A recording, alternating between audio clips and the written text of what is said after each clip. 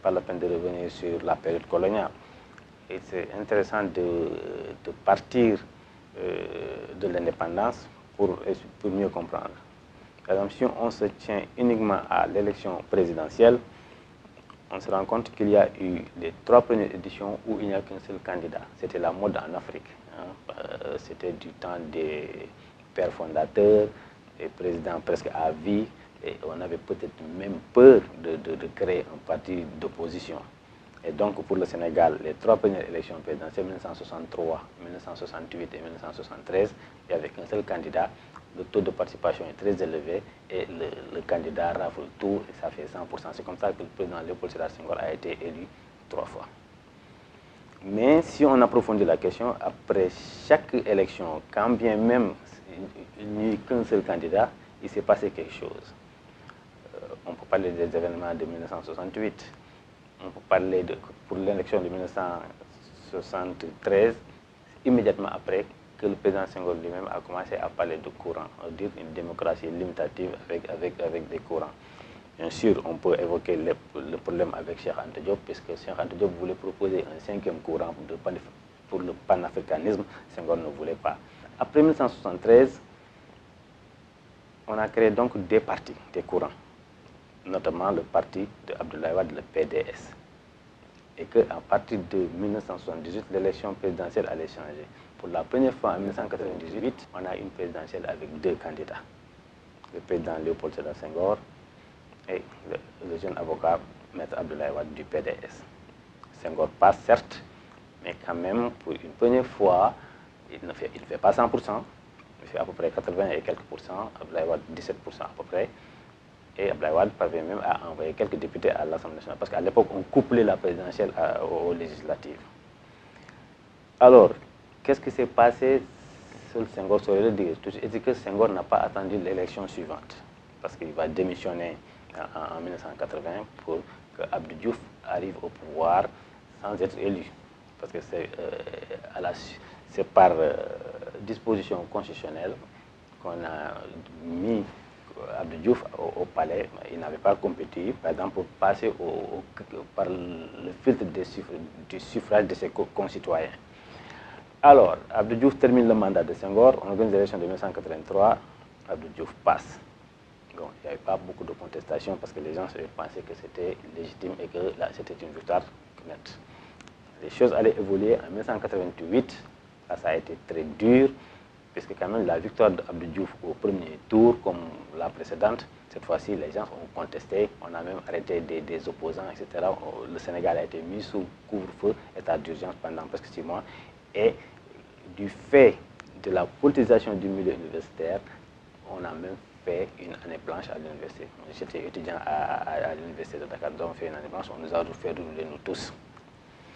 Les gens ont négocié, il y a eu une crise, les gens ont négocié et tout. Ensuite, nous sommes allés en 1993. Entre-temps, c'est entre-temps qu'on a fait passer le code consensuel, code électoral consensuel qu'on appelle code Kéba-Mbaye, au 92, pour faire, il y a eu de l'ouverture. L'opposition a eu accès aux médias d'État. On a quitté le quinquennat pour aller au septennat. C'est pourquoi il n'y a pas eu d'élection 5 ans après 1993. L'élection n'a eu lieu qu'en 2000. Alors, c'est intéressant puisque 2 ans avant cette présidentielle, il y a eu des élections législatives. Le Parti socialiste est majoritaire à l'Assemblée nationale du point de vue député, mais au point de vue vote populaire, le Parti socialiste était minoritaire. Les gens se sont dit que, écoute, Diouf est en danger. Les médias occidentaux ont parlé de candidature de trop. Mais bon, généralement, comme on dit chez nous, bët du gis li koy fat. Et pour une première fois, avec les médias privés qui commençaient à s'installer, les téléphones portables et tout, avec des résultats qu'on balançait juste après la fermeture du bureau de vote, l'élection a basculé et il y a eu la première alternance, Abdoulaye Wade a gagné. 2007, quelques années plus tard, Abdoulaye Wade a été réélu. Bon, les gens étaient étonnés parce qu'ils croyaient que un candidat comme Idriss Seck méritait quand même d'aller au second tour. Ça ne s'est pas fait comme ça.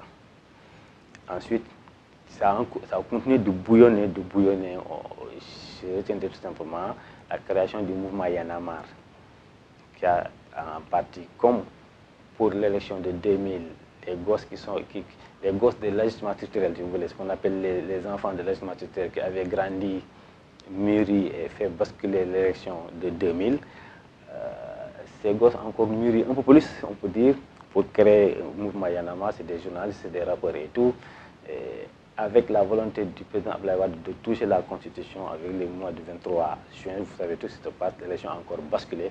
C'est comme si le Sénégal avait décidé de barrer la route à un troisième mandat. 2012 devait être, par exemple, la volonté d'un président pour briguer un troisième mandat. Mais si on retourne en 1993, c'est Abdou Diouf qui était dans cette situation. Un président qui cherche à trouver un troisième mandat. On a tué un juge du Conseil constitutionnel. En 1973, là également, c'était du temps de Senghor, un président sénégalais qui cherche un troisième mandat. Et là, c'est à la suite de cette élection de 1993, création des courants. Et donc, à chaque fois qu'il est question d'un troisième mandat pour un président sénégalais, le peuple, ou bien en tout cas, il se passe quelque chose. Les gens ne prêtent pas attention. En 1973, c'est le président vainqueur lui-même qui entame son troisième mandat, mais qui était obligé de dire que bon, j'ai peut-être trop duré au pouvoir, le pouvoir est excessif, ça ressemble maintenant aux dictatures africaines. Et en ce moment-là, que lui-même a décidé de proposer les courants. 1993, c'est Diouf qui entame un troisième mandat. Et là, également, vous voyez ce qui se passe, code consensuel, Kebamba, etc., ça commence à bouger un petit peu. Donc, il y a un problème toujours avec ce troisième mandat. C'est comme si, dans nos consciences, à l'intérieur de nous-mêmes, nous refusons ce troisième mandat. Et en 2012, quand Abdoulaye Wade a voulu faire le troisième mandat, cette fois-ci, ce n'est pas le président qui a proposé des courants, cette fois-ci, ce n'est pas un code consensuel, etc. Cette fois-ci, c'est le peuple qui a dit niet, il n'y aura pas de troisième mandat. Donc, vous voyez que ce problème de troisième mandat, au moment où en Afrique, les gens modifient les constitutions, font des lois, etc., pour, je dirais même pour caricaturer un petit peu dans certains pays, un président qui a fait un mandat commence, après le énième mandat, à commencer à compter. C'est ça mon premier mandat, c'est mon deuxième mandat pour essayer de modifier la Constitution, pour essayer de briguer la énième fois le troisième mandat. Ça pose un véritable problème. En Occident, ce n'est pas forcément du texte. Ce n'est pas forcément du texte. C'est-à-dire que, à part le président Roosevelt, le président américain des années 38-40, le seul qui a fait 3 mandats, ce n'est pas forcément du texte. Mais les gens disent qu'au décours de 2 mandats, bon, les gens doivent arrêter et trouver autre chose. Parce qu'à ce moment-là, ça nous donne 4 possibilités. Ça marche, on change. Ça marche, on ne change pas. Ou bien ça ne marche pas, on ne change pas. Ou bien ça ne marche pas, on change. Donc ça fait 4 possibilités. Et donc ça, c'est la théorie de tous les possibles. Et vous voyez, pour faire cette symétrie, cette chiralité entre l'Occident et chez nous, c'est que chez eux, on change même si ça marche.